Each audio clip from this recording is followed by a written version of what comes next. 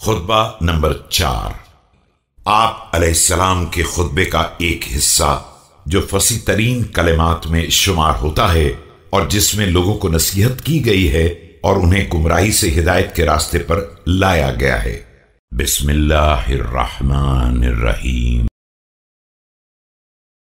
بِنَ اهْتَدَيْتُمْ فِي الظَّلْمَاءِ وَتَسَنَّمْتُمُ الْعَلْيَاءَ وَبِنَ انْفَجَرْتُمْ عَنِ السَّرَارِ وُقِرَ سَمْعٌ لَمْ يَفْقَهِ الْوَاعِيَ وَكَيْفَ يُرَاعِي النَّبْأَةَ مَنْ أَسَمَّتْهُ الصَّيْحَةُ رَبَطَ جَنَانٌ لَمْ يُفَارِقْهُ الْخَفَقَانِ۔ طلحہ و زبیر کی بغاوت اور قتل عثمان رضی اللہ تعالی عنہ کے پس منظر میں فرمایا، تم لوگوں نے ہماری ہی وجہ سے تاریکیوں میں ہدایت کا راستہ پایا ہے اور بلندی کے کوہان پر قدم جمائے ہیں، اور ہماری ہی وجہ سے اندھیری راتوں سے اجالے کی طرف باہر آئے ہو۔ وہ کان بہرے ہو جائیں جو پکارنے والے کی آواز نہ سن سکیں، اور وہ لوگ بھلا دھیمی آواز کو کیا سن سکیں گے جن کے کان بلند ترین آوازوں کے سامنے بھی بہرے ہی رہے ہوں۔ مطمئن دل وہی ہوتا ہے جو یاد الہی اور خوف خدا میں مسلسل دھڑکتا رہتا ہے۔ ما زلت انتظر بكم عواقب الغدر واتوسمكم بحلية المغترين حتى سترني عنكم جلباب الدين وبصرنيكم صدق النية اقمت لكم على سنن الحق في جواد المظلة۔ میں روز اول سے تمہاری غداری کے انجام کا انتظار کر رہا ہوں اور تمہیں فریب خوردہ لوگوں کے انداز سے پہچان رہا ہوں۔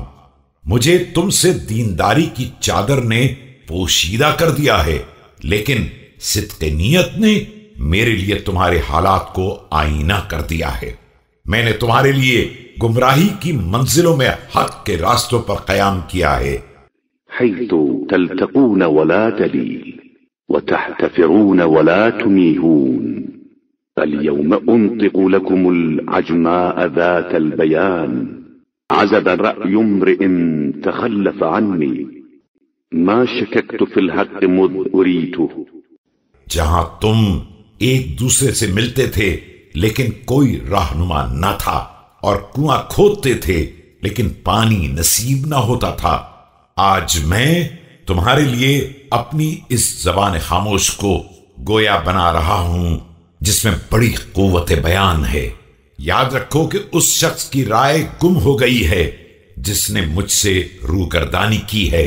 میں نے روز اول سے آج تک حق کے بارے میں کبھی شک نہیں کیا۔ لم يوجس موسى عليه السلام خيفة على نفسه بل أشفق من غلبة الجهال ودول الضلال۔ اليوم توافقنا على سبيل الحق والباطل من وثق بماء لم يظمأ۔ میرا سکوت مثل موسیٰ ہے۔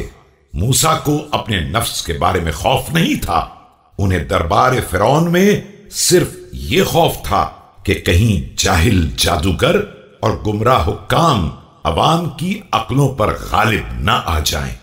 آج ہم سب حق و باطل کے راستے پر آمنے سامنے ہیں، اور یاد رکھو جسے پانی پر اعتماد ہوتا ہے وہ پیاسا نہیں رہتا۔